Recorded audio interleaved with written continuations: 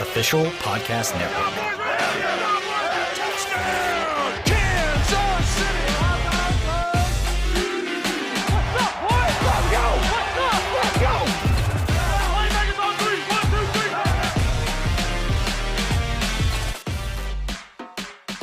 Live from Radio Row in Indianapolis, home of the 2020 NFL Scouting Combine. This is In the Trenches, and we are all Chiefs Draft Talk today.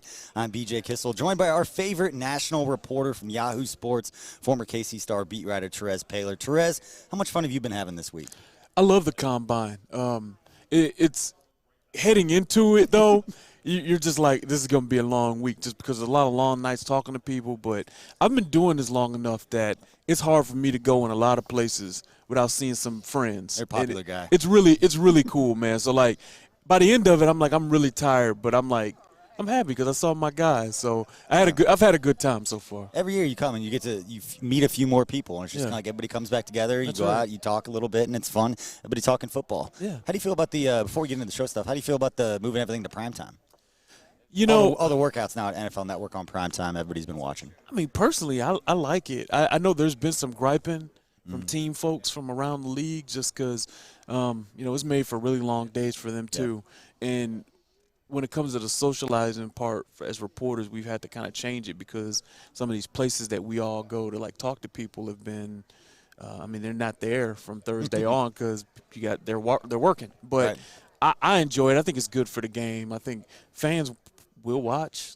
Fans will watch anything football. So I think it's been great. Curious to see when the ratings come out. Yeah. But Coach has also been doing this a long time. They're setting their ways. They know exactly what they're doing, what they want to get done. But we've got a great show for you. Again, this is all Chief Draft Talk today on this episode. Matt Miller from Bleacher Report is going to join us here in a little bit. You're going to hear from Todd McShay.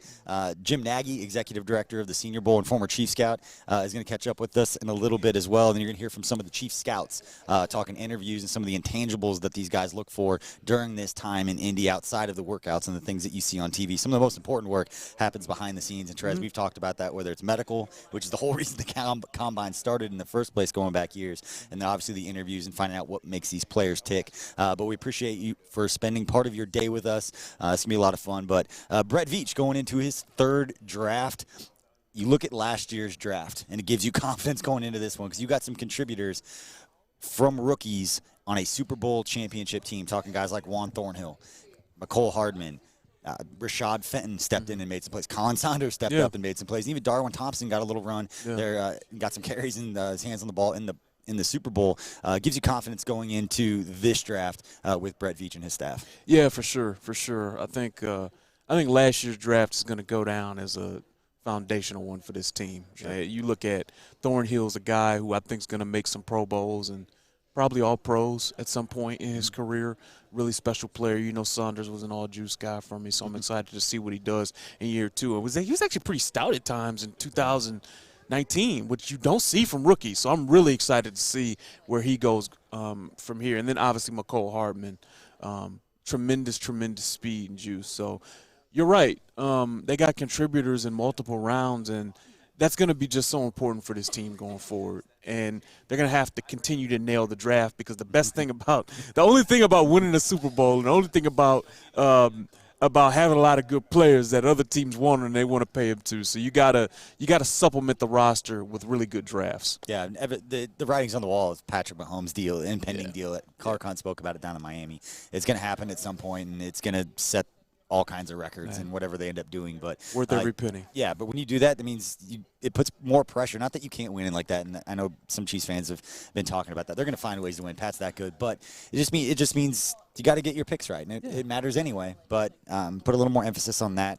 And based on what we saw last year, they're absolutely doing that. And I think you mentioned Colin Saunders, even the year before, we're talking about Derek Nagy. Just talking about the center of that defense, two young guys who are getting better. But, Terez, one of my favorite things we're sitting here in the middle of Radio Row. It's kind of cleared out right now. Maybe people are staying out late last night or whatever was going on. Yeah, they're done. It's late in the week, but one of my favorite things is just been to walk around and listen to everybody. And I probably heard 7 or 8 different team sites or radio stations from around the country talk about how do we stop the Chiefs? Yeah. Like, how do we stop the Chiefs? That's a real not thing. the Chiefs fan. That's not the Chiefs reporter and me walking around. Like, that is one of the real conversations going around saying Patrick Mahomes is 24 years old and he's the best player in the league right now. Yeah, and the answer to that question is going to be being fast on defense. Like, the amazing thing about the Chiefs winning the Super Bowl for the Chiefs is that it takes away a lot of the pressure that you kind of feel that you got to get it. You got to get over the hump. You've already gotten over the hump. Yeah. So now it's about seeing how great you can be. The pressure's on everyone else now, in my opinion, to match up with the Chiefs. And even though the Chiefs, I mean, I think that was an epic Super Bowl. It's going to go down as an epic Super Bowl. But I think there are lessons in that game that teams are taking. That much I can tell you. They're going to say, okay, what does San Francisco have? Well, the defensive front can rush. They had 2 edge rushers that could rush. But the most important thing, and this is something I'll be writing about soon, all of their linebackers on the second level could really go. They could run. And I think there are some linebackers in this draft that can really run. And we're going to dive into that with my story. But, like, some of these guys can really roll. So the value of off-ball linebackers is going up. And teams are going to try to counteract all the speed the Chiefs have with speed at every level. Yeah, we're going to talk with Matt Miller about guys in this draft. I know you've got some opinions on some guys that you like in this draft as well. But one of the other things that I want to get your perspective on before we go to Todd McShay here, I had a chance to catch up with him and talk about just a couple of guys that he thinks would be good fits on the offensive side of the ball. But from a 50,000-foot view looking down at this draft, just where do you see like the strengths and weaknesses for fans that aren't necessarily draft nerds? They're not into it yet. Just from a big picture point of view, what stands out about this draft? Well, talking to people throughout the league, people I trust, my guys, I love and they love the top of this draft when it comes to defensive players. Now, let me also just say this. This might be the best receiver draft in a decade, which is a good thing for the Chiefs in my opinion. But the top of this draft on the defensive side of the ball, Derek Brown, Jeffrey Okudah, Chase Young, Isaiah Simmons. Those guys won't be Chiefs. Right, exactly. but Javon Kinlaw, a lot of reasons to fall in love with some of these guys. But the nice thing about having, and this is where it affects the Chiefs, the nice thing about having a defined, clear defensive order is that some really good players that will probably be top 15, they might fall to the end of the first round. And this is a great draft for corners too. Really like a lot of guys. So I actually feel like sometimes it makes sense to move down when you're trying to do what the Chiefs are doing. But I think they're going to get a legit first-round guy picking at 32, in my opinion. Yeah.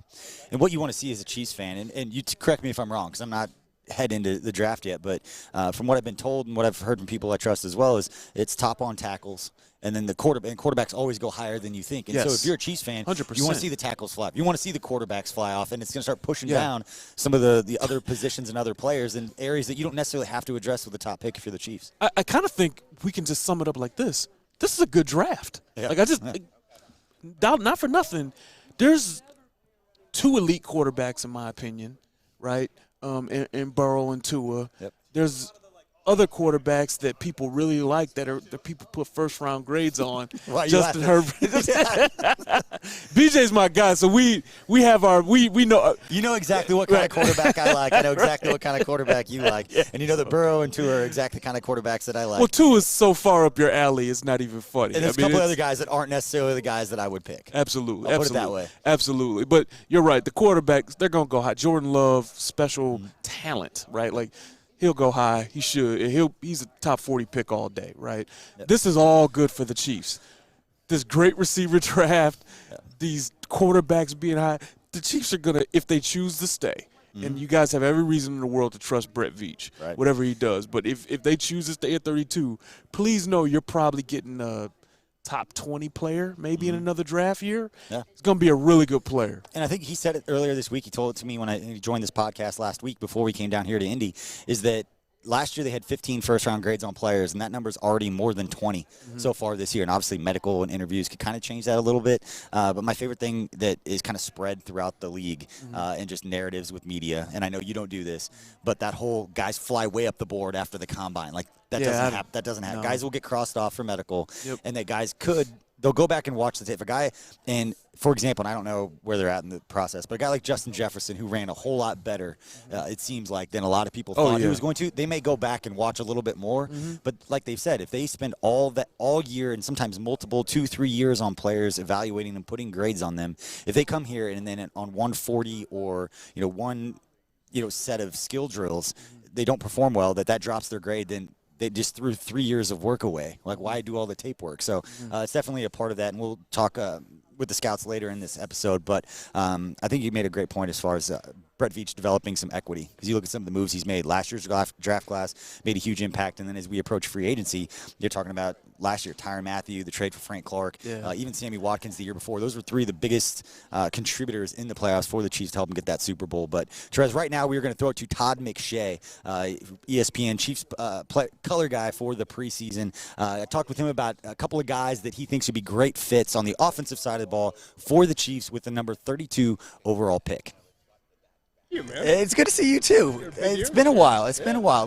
Just how do you feel about the Super Bowl run? How much fun was it for you knowing you got the chance to see this all from the beginning back in the preseason? It's really cool. You know, like, I'm not pulling for any specific team, but spending as much time around you and everyone in the Chiefs organization, seeing everything that goes into it, and Brett Veach and Andy Reid, and how hard they work, just like every other organization, but how long they've been at it, especially Andy, to see it pay off is really cool. And the people at the Chiefs organization have been so good to me, and they're great to be around, and the fans are so. It reminds me. I've said it before. It reminds me of like LSU or the SEC. You know, it's not like an NFL organization typically is in terms of the fans and the people around the organization. They love it like a college team, and it was cool to see everyone have that success and enjoy it. Well, you got to see it from the beginning, going back to the preseason, and you get that postseason run all the way up until the Super Bowl. And this is kind of like, the start of your postseason, I guess, all the way up to the Super Bowl, which is the draft for you. When you look at this draft, the 337 players that are here at the Combine, for the needs that you think that the Chiefs have going into next season, what they've got to address this offseason, and where the strengths in this draft are, where do you feel like the Chiefs can get better, and how do you marry those two things? Well, wide receiver is the strongest position in my opinion. Quarterback is pretty good, but I think you guys are pretty set there. Wide receiver, you have to go back a decade to find 6 receivers that were taken in the first round. I've got 7 right now in my top 32. 20 receivers with grades in the first 3 rounds, which would be over 20 years, I think, in terms of breaking that kind of record. So the depth of this receiver class, and I think it's all about like 7-on-7. The game is changing to the perimeter and space and all those sorts of things. But these receivers are so good.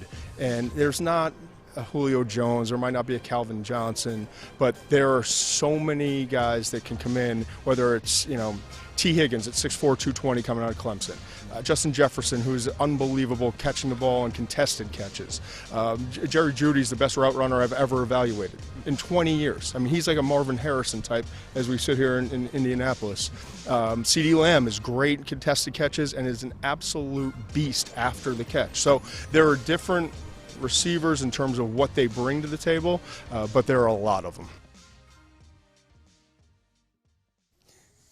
All right, that was Todd McShay talking a couple of fits for the Chiefs at 32 with USC's Austin Jackson and LSU's Justin Jefferson. Right now we're going to bring in another draft guy who is going to tell us all about the offensive guys in this draft and the depth. That was round 1. Now we're going to talk with Matt Miller from Bleacher Report on rounds 2 through 7, some of those guys. Matt, what do you love about the offensive guys in this draft, and welcome to the show. Yeah, thanks for having me on, guys. I think when you look at the offensive group this year, it's a historic wide receiver class, which I know everybody's talking about. Todd's talking about Justin Jefferson. It's a great year for wide receivers. It's also a great year for running backs, something that has not been talked about enough because we're so focused on the 5 quarterbacks who could go first round, and we're so focused on the 45 receivers who are going to get drafted. We forget that there are really good running backs in this class, whether it's DeAndre Swift coming out of Georgia, Clyde Edwards-Helaire coming out of LSU, J.K. Dobbins out of Ohio State. I thought, other than Joe Burrow, I thought J.K. Dobbins was one of the most improved players in college football this last year. So it's a good running back class, a lot of different types of players.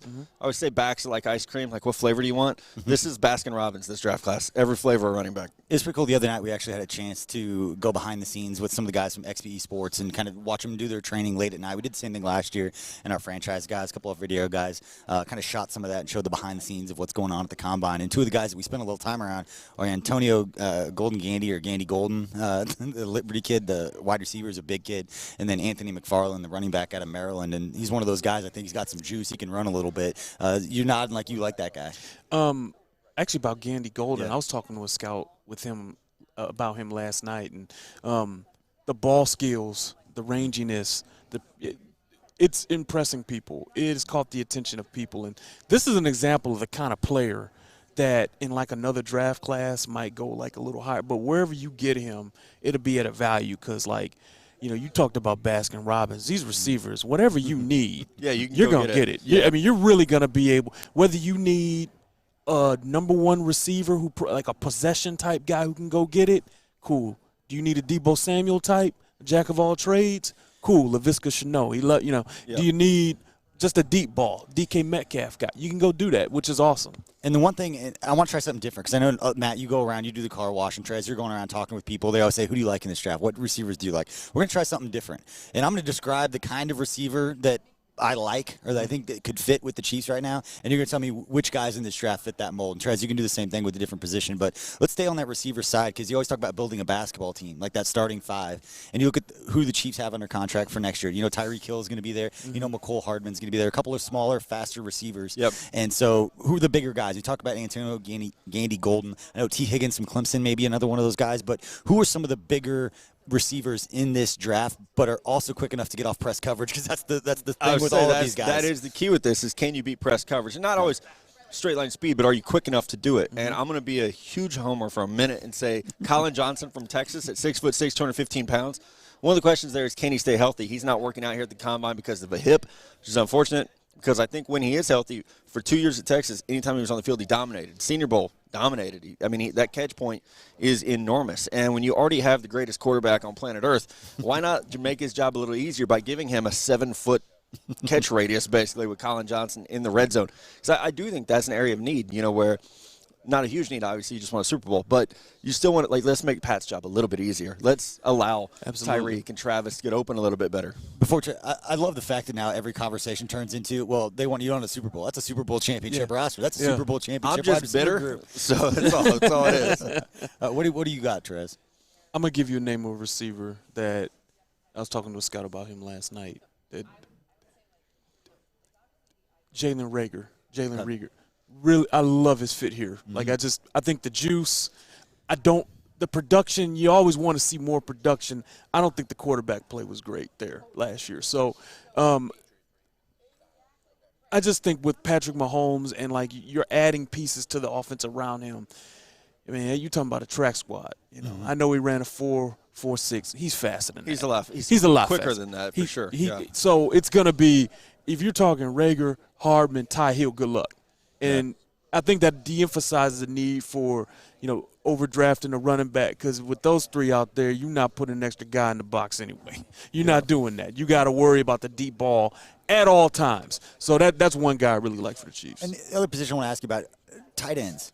I don't know who's the tight end in this draft. And you always say you want the guy that's big, fast, move, and strong, can block, and then you're basically describing like an all-pro tight end that can do all those different things. But in this offense, because there's so many weapons and that there's so much attention has to be put on Travis Kelce and Tyreek Hill and all these other weapons and all the speed that they've got. So basically looking for a tight end that could beat not a bad linebacker in coverage, but could take advantage of a mismatch. Who's a guy in this draft that can block well enough, but you put him one-on-one with a linebacker, he's going to win that matchup? Yeah, my guy would be Harrison Bryant from FAU, who actually won the Mackey Award as the best tight end in the country. It's not a great tight end class, though, guys. There's no T.J. Hawkinson. There's no Noah Fant. But I think Harrison Bryant, I believe I have him ranked in the 4th round. But he's a good player. And he's not, he's not going to line up in line every play. He can move around. He can play a little flex. I think Coach Reed could be pretty creative with a guy like that. And, again, he is going to be good enough to block and chip on the edge, but also could beat a linebacker, could beat a safety.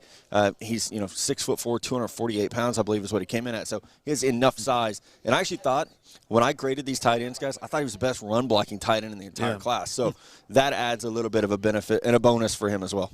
Yeah, that would have been my pick, too. I just think he's stealing all the guys. But I think he's a fairly complete tight end. When people I talk to don't compare him to Kittle, but say he has shades of like that, that's going to catch my attention. Yeah. You know what I mean? And Adam Trotman from Dayton is the other guy who I actually had a tweet and people were, you're insane. But I said, he's got a little George Kittle to his game because he's violent. He blocks. He's willing to do all the things. He's not a superb athlete. He's not going to run like Kittle. He's not going to move like Travis. But he kind of fits that similar mold. Another guy I like is David Asiazi from UCLA. I like the talent, the Michigan transfer. I'm sure Jim Harbaugh didn't like seeing him get away. I just think there's receiving skills and enough size to be a nice secondary option. All right, let's stick as we finish up the offense here. Let's go to the offensive line, because when you talk about Patrick Mahomes, the other side of that, Andy Reid's always going to have guys that can step up there and play, whether it's guys you invest a lot in high in the draft or whether it's guys that he just likes lower in the draft. But the one thing, with an offensive lineman, Andy Reid scheme, they got to be able to move. Who are some guys in this draft, maybe not at the top or wherever they're at, but who are some guys you like that can get out and move in space? Well, in the interior, the only player I would put in round one, Cesar Ruiz from Michigan, who can move. He's very, very intelligent, gets to the second level well. Nick Harris from Washington actually fits that well as a center, who, not the biggest guy, but for a zone blocking scheme, his ability to peel, get to the second level is really impressive. And I think not even in the run game, but as much as Pat moves, you need some linemen who can keep up with that, can move the pocket. Nick Harris, again, I mean, we're probably talking about a third-round pick, but a player, I think he could be a starter. I'm going to co-sign on Cesar Ruiz. I watch a lot of Michigan football. Giant hands, and his best football is ahead of him. He's just a true junior. Yep. His best football is absolutely ahead of him. So even if he's not a first, even if he doesn't go, whoever gets him, he'll be playing really good. And I'm interested in tackles for the Chiefs. This is just me, though, because I think, the swing tackle position needs to be upgraded anyway.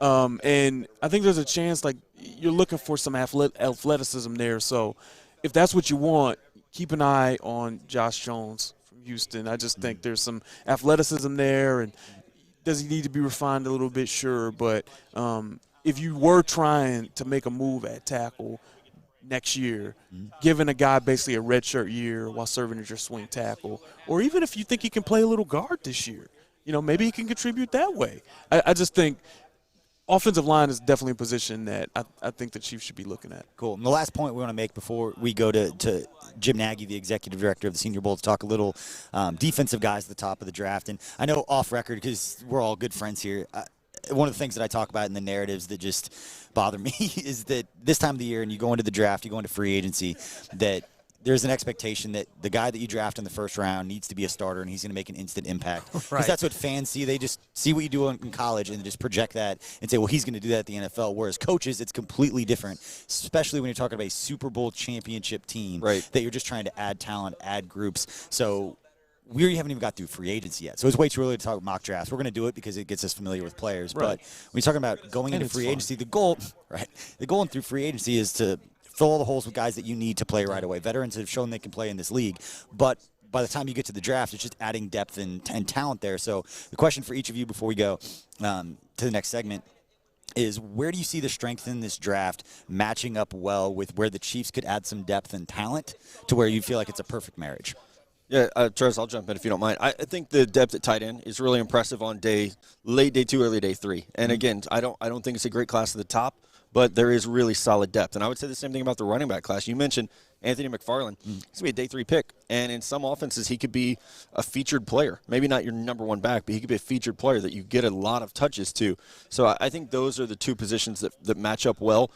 Corner, I don't know when the run's going to happen. There's one great corner in Jeff Okudah. There's one pretty good corner in C.J. Henderson. Yep. Then there's 7 guys who are all stuck together. So if corner becomes a focus on – I know we're not – talking defense here. We'll get there. With defense, man, the corner class, there could be a run, and that might be the time to jump. Tremendous value at running back, like you said, receiver, like we've mentioned, and then corner as well. So, those are the spots where, you're going to get a really – I mean, if you use a 4th-round pick on a running back, he's probably going to be really, really good, and especially at receiver. Even someone like Donovan Peoples-Jones. I like him a lot. The production – it was, but we could physically, talk about his quarterback. No, that's what I'm saying, right? Believe me, I watched. I got it. But who's a super athletic guy, who can jump out of the gym, and I think who knows where he goes, but wherever it is, you might end up getting a pretty good player. All right, that is what we've got for the offense. We are going to throw to Jim Nagy, the executive director of the Reese's Senior Bowl right now, also a former Chief scout, to talk a cornerback, a linebacker, and a defensive lineman that he thinks would be good fits for the Chiefs with the number 32 overall pick. For the Chiefs, I want to stay on the defensive side. So I want a cornerback, a defensive lineman, and a linebacker who you think would be good targets or fits if they were available for the Chiefs at 32 and they ended up taking. Man, you should have fed me these questions before we got on. Let's see. Start with the cornerback. Corner, that's going to be kind of right where the run starts going, I think. I think Jeffrey Okudah from Ohio State's going to go real early. And then I think there's going to be, there's a little bit of a drop-off. So they're going to be in like Jeff Gladney from TCU. Was supposed to come to the Senior Bowl, had to have a surgery after the season. Really good player. Big 12's not known for their defense, but he's a ball hawk, and he can really run. I'm interested to see if he runs here. He should run really fast. Okay. So he would be one. I'd take Gladney. I like him a lot. Linebacker, again, that's going to be interesting. I'll stay in the Big 12. Jordan Brooks from Texas Tech is another guy that committed to the Senior Bowl, had to have a surgery, unfortunately. Man, we miss those guys. We would have loved to have them down in Mobile. But Jordan Brooks is a guy, in terms of like getting excited about watching tape. In the office this year at Senior Bowl, we put him on, and we walked out that night going, man, that was fun. Like Jordan Brooks, as he flies around, like sideline to sideline. I think he's going to run, high 4.4s, low 4.5s. He can roll, and he's really violent, and he's instinctive. And he's kind of lost some momentum through the process because he wasn't at the Senior Bowl. Okay. So I think if he runs fast here, he'll see him in more mock drafts, like late in the first round. And then you said D lineman. Marlon Davidson is a guy that late in the first round, and he might be gone by late in the first, but that's probably going to be in Marlon's wheelhouse. Again, Derek Brown got all the hype this year, as he should have. Derek Brown's dominant. Derek's a he's going to be a perennial All-Pro player. But Marlon, the interesting thing is you can play him all up and down the line. He's went from like 280 to over 300 now, and you can play him at one technique, 3-5. He can rush off the edge legitimately at that size. He is going to run fast here. There was a play 2 years ago, his junior year against LSU, where he chased. Sometimes, like, even if they don't catch him, you just want to see him chase. Yeah. And he chased to play LSU from behind. It might have been his sophomore year, and it was like 70 yards. He was rolling. I mean, I'm telling you, for a big man, he was passing linebackers up. I mean, he was flying. So Marlon's a guy that can rush from a lot of different positions, and all three of those guys would be great picks. Him about just why character matters, why the interviews matter, and I think a lot of times you hear them say that, like, you guys who love football, and I think a lot of times fans might be able just to hear that and kind of brush it off, but a good reason and a good example of that is when you go into the postseason and you're down by double digits in the playoffs, you need guys who are wired the right way. And for me personally, being down on the sideline doing the radio network stuff, I saw that all those guys were still locked in all three of those postseason games, and that doesn't only happen because you have Patrick Mahomes. It happens because those guys are locked in, they believe in what they're doing, and they're the right kind of guys. So for you, just the interview process and just how important it is for you guys as evaluators, knowing that you can't sit in those rooms, but finding out that information, why is it important and how does it fit for the Chiefs? I'm fortunate with my job at Bleacher Report to get in front of a lot of these guys, whether it's for my podcast or being on the road. I'm on the road not as much as scouts are, but I'm on the road a lot during the season, going into these schools, visiting with players and coaches. So I'm fortunate with that. I think you have to be careful with the character stuff, especially because I don't get to talk to all 500 players I have to evaluate. So you want to take it with a grain of salt, but it is important, especially when you hear the dreaded, this guy doesn't love football. Like you said, when you're down 24-0 and you got Deshaun Watson on the other sideline, you need guys like Tyrann Mathieu, like Patrick Mahomes, like Mitchell Schwartz, who say, you know what, we're not losing this game. And so I think now that you know who your core leaders are, you're looking for guys who buy into that, who fit that model. I'm glad that you mentioned that you got to be careful.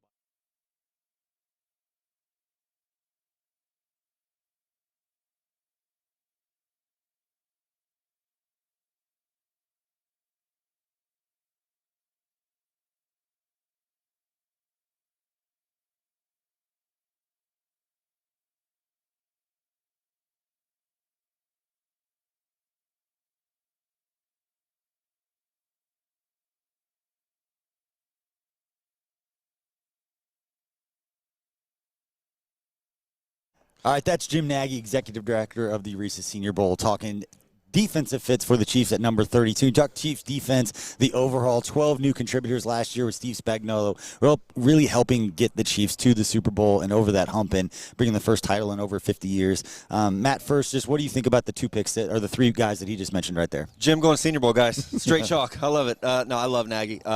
They're all good players. They're all really good players. And I think a common theme with the guys that he mentioned is they're athletes. They're each going to test very, very well at their position. They're all three very physical football players. Jeff Gladney, you talk to any receiver in the Big 12, you say, hey, who's the toughest guy you faced?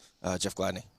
To a man, they say Jeff Gladney. So I think Chiefs fans, You only got 2 corners under contract right now. See what happens in free agency. If Jeff Gladney's there at 32, I would be very, very happy as a resident of Missouri if he were playing for the Chiefs. The thing I love about Gladney is that what you hear is that he is really, really competitive.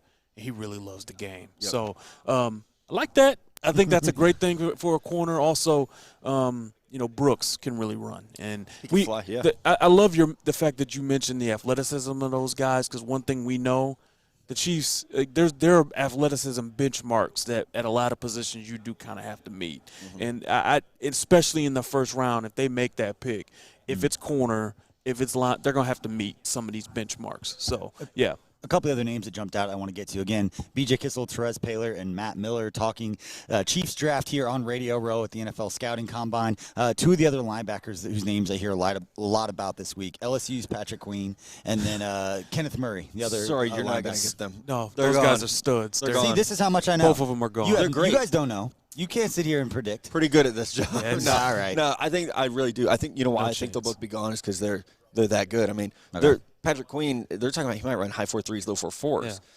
Right. BJ's eyes got big. If you're listening to this, I not texted watching. you in the middle of the LSU national title game. I'm like, this linebacker's pretty good. You're like, yeah, he's a first-round pick. I'm Yeah, like, he's all right, pretty spotted good. that one. That's how much I know about good the eye, draft. BJ. And then Kenneth Murray, 2 years in the Big 12, he was unstoppable. He had 18 Stud. tackles against Army. Total stud. I mean, he is a stud, and he can fly. And they meet what NFL teams want. You have to have somebody that can cover the middle of the field. You want somebody that can chase down Patrick Mahomes and cover Travis Kelce.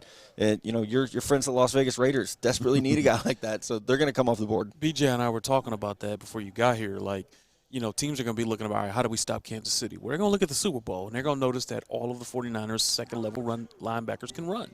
Yep. All of them. Greenlaw can run.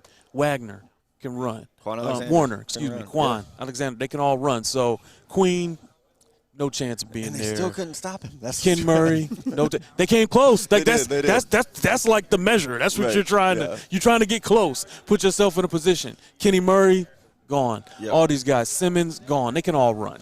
Yeah, so you get to the next group. I don't know if this is where you want to go, but this is where we're going. Yeah. You get to the next group of guys like Jordan Brooks, Malik Harrison, Zach Bond. Yep. You get into some good players in the second round, or we'll see what happens with draft picks. We know Brett likes to get aggressive.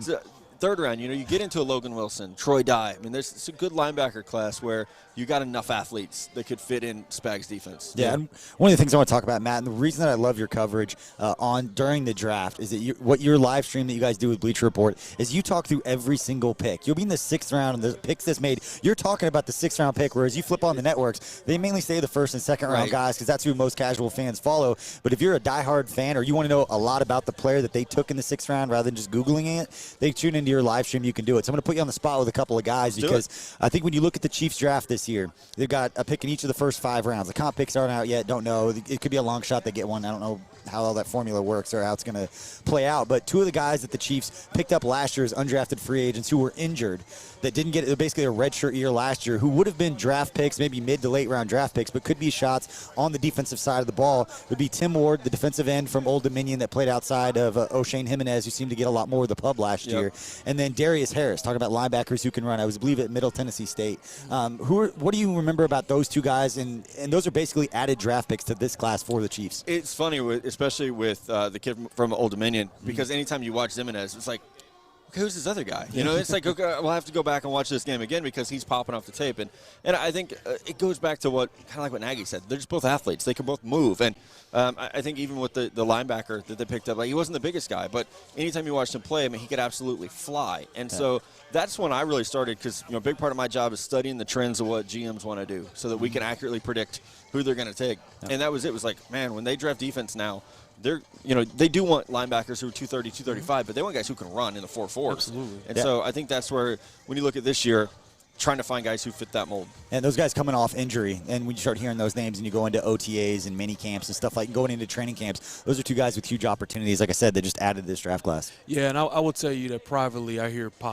really positive things about optimism about what Ward and Harris might end up becoming. And it's funny because they're there's a Chiefs scout that I was texting about Zimenez and was like, where do you think he's going to go? And he was like, you got to watch the other guy. You got to watch the other DN. You got to watch the other DN. And it was like, yeah, I know. I know. Like, I've watched him. We'll get to that. But, like, I'm trying to figure out one guy. And and this was in, like, March, or February. And they were on it then. All right, a lot of cornerback talk, a lot of linebacker talk. Now let's go to the defensive line, talk a little bit about that to wrap up this segment. We talk about Colin Saunders, talk about Derek Nottie, talk about Frank Clark coming off the edge. Breland Speaks was injured this year, is coming back. He's going to have an opportunity to get in there and fight, along with those other guys that Emmanuel Ogba, Alex Okafor got injured during the season. So there's some talent there, some young guys that can step up and develop. But when it comes to this draft, what do you like about this draft at that position? I like Chase Young. After that, there, job's done. After that, there are a lot of question marks. Caleb Von Chason, who's a fantastic athlete. Great Coaches athlete. at LSU have told me he's the best pass rusher they've ever had there. Mm-hmm. The problem is he only had 3.5 sacks this year. He was banged up, and his production wasn't always great. But he reminds me a lot of Josh Allen, who came out of Kentucky last year. It probably could have been Defensive Rookie of the Year if it wasn't for Nick Bosa. His ability to rush off the edge, stop the run, drop back in coverage is really, really special. So he's going to be off the board. Yedor Gross-Matos from Penn State, a little bit of a bigger guy who's filling out his frame, working on rounding out his game. But he has massive hands, long reach, brings a little more power. After that, it's a lot of projects. It's guys who are hurt, like Julian Okwara at Notre Dame, or Zach Bond, who's making a transition. Is he an edge? Is he a linebacker? Like, where do we play this guy? Other than that, there's some question marks at edge for sure. 100%. And I think it's a group where, especially once you get past Chason, whose athleticism is going to make you overlook that production, right? Without a doubt. Right. But once you get past there, like even Gross-Matos, he's not going to be for everybody. You know what I mean? Right. A guy I really like is Josh Uche. I think he's got a check. But, like, he's not going to be for everybody. It's a bunch of guys where – he's a little small. Yeah, and he's right. hurt. But, It's a lot of guys where, like, you better have, like, a plan for how they'll fit in your defense because there's not a bunch of, like, traditional kind of – You're getting situational. Absolutely. That's what it is. Like Bradley and I from Utah. Power, absolutely there. But if you're going to ask him to be a bendy edge guy, that's not who he is. And I want to add this, too. With that part of the class being like this, and the free agent class at edge not being great either, like it's going to be tough sledding if you need edge rushers. And I intentionally did not leave out Chris Jones. So okay, we got Chris Jones as well. He's obviously made some headlines. So but what do you know, BJ? He's going to be. Please share. As soon as I got done, I was like, oh yeah, I missed the All-Pro there in the front. But yeah, obviously he's going to be in that mix. I know he's made some headlines up here, but as a good player, I want to keep him around. Yeah, no, it's like Terez said, if I were drafting a pass rusher this year, I would almost wait, unless it was like a gigantic need. Right. I'd almost wait and take just a freak athlete in the 5th round. It's like, you know what? Somebody you're going to rush teach 7 times a game on 3rd down. Just be fast. Go get it. Because especially for you it's guys, just not great there. You're going to have the lead 16 or 17 times next year, depending on how many games you play. And so you just give me speed rushers to go attack. Right. Yep. And he can be a situational guy because of the way that this team is built. All right, right now let's go to a couple of the Chiefs scouts. Ryan Poles, the Assistant Director of Player Personnel, and Tim Terry, the Director of Pro Personnel, talking about the interview process for the prospects here. Again, the two of the most important things about the Combine are stuff that fans don't see. It's the interviews and the medical testing, what's going on behind the scenes. So let's hear from those guys right now. Biggest thing is probably the interviews, to sit down with the players, to get a better perspective of who they are as people. That's probably the most important piece. We go to schools during the fall, and we get an idea, and we use resources at the school that kind of tell us about the player, but really you don't know until you sit down and talk to them. You really get an idea of what their motivation is, what background they come from, what their goals are, knowing the person, really getting them in front of our coaches and seeing what they know, what the baseline is in terms of their knowledge of football, and also their learning techniques. Are they people that they have to walk through it, or can they take it from the board? So different players do it different ways. So to get an idea of how they learn is very important. I do enjoy going in and see how the players handle the conversations with the coaches, the questions about tape, good or bad, what they did, what they were thinking. And it could be intimidating for some guys. You sit in a room and you've been watching pro football all your life, and you sit next to Andy Reid, and you're like, whoa, this is Big Red. So you get the chance to sit in front of Andy or defensive coaches, being in front of Coach Spags, or Eric Bieniemy, offensive players. So, it'd be a little awestruck with some of these guys, see how they handle that, but also see how they handle their football IQ, what do they know, what don't they know, How do they respond to questions about when they had a ME or something like that? Are they blaming someone else? Are they taking accountability, or do they have a reason why? Let's see how they handle pressure. And I think in those interviews, it's a small time, what, 20 minutes or so, where you can kind of see how these guys handle curveballs. And in an NFL game, 60 minutes, there's some highs, there's some lows, there's some peaks, there's some valleys. It's not always going to be pretty. How are you handle that? Are you accountable? Are you going to be a guy we can count on, or are you a guy that's going to make excuses and find other reasons why what you do or what happened didn't work out? All right, good stuff right there from both Ryan and Tim about just why character matters, why the interviews matter, and I think a lot of times you hear them say that, like, you guys who love football, and I think a lot of times fans might be able just to hear that and kind of brush it off, but a good reason and a good example of that is when you go into the postseason and you're down by double digits in the playoffs, you need guys who are wired the right way. And for me personally, being down on the sideline doing the radio network stuff, I saw that all those guys were still locked in all three of those postseason games, and that doesn't only happen because you have Patrick Mahomes. It happens because those guys are locked in, they believe in what they're doing, and they're the right kind of guys. So for you, just the interview process and just how important it is for you guys as evaluators, knowing that you can't sit in those rooms, but finding out that information, why is it important, and how does it fit for the Chiefs? I'm fortunate with my job at Bleacher Report to get in front of a lot of these guys, whether it's for my podcast or being on the road. I'm on the road, not as much as scouts are, but I'm on the road a lot during the season, going into these schools, visiting with players and coaches. So I'm fortunate with that. I think you have to be careful with the character stuff, especially because I don't get to talk to all 500 players I have to evaluate. So you want to take it with a grain of salt, but it is important, especially when you hear the dreaded, this guy doesn't love football. Like you said, when you're down 24-0 and you got Deshaun Watson on the other sideline, you need guys like Tyrann Mathieu, like Patrick Mahomes, like Mitchell Schwartz who say, you know what, we're not losing this game. And so I think now that you know who your core leaders are, you're looking for guys who buy into that, who fit that model. You know, I'm glad that you mentioned that you got to be careful about it sometimes too, because, it depends on, like, one of the most valuable things you can have is a scout who, like, knows how to get information in these schools. Yep. And that's not, like, a given. Like, right. It is, like, a lot of times you're more like a private investigator than, like, an evaluator of football. Like, if you're really good at, like, finding out what a person's really about, like, that's what a scout is. So the point is valuable. So that's why when you're building a franchise, you got to value your scouts, and you better make sure you get the best ones, because the trick, like, we all know finding people who love football really matters, right? Yep. But the hard part is actually doing it. The hard part is actually figuring out who's faking it. Because guess who else knows that you need to act like you love football? The players. I heard a great quote once. I know you want to go, but it was so good. Do you love playing football, or do you love being a football player? Right. There's a difference. Right. Do you want the Instagram followers, or do you want to play football? There's a difference. And one of the best answers I've gotten in asking that question is, how do you find a guy who loves football or loves what football can do for them? Same thing that you just said.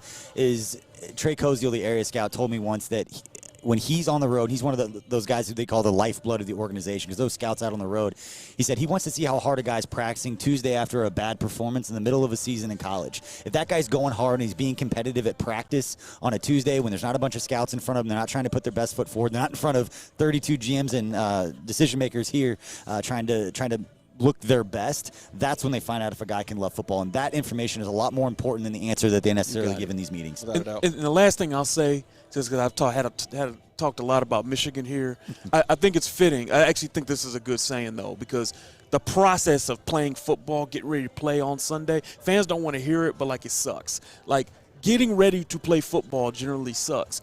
But Jim Harbaugh says this, and this is real.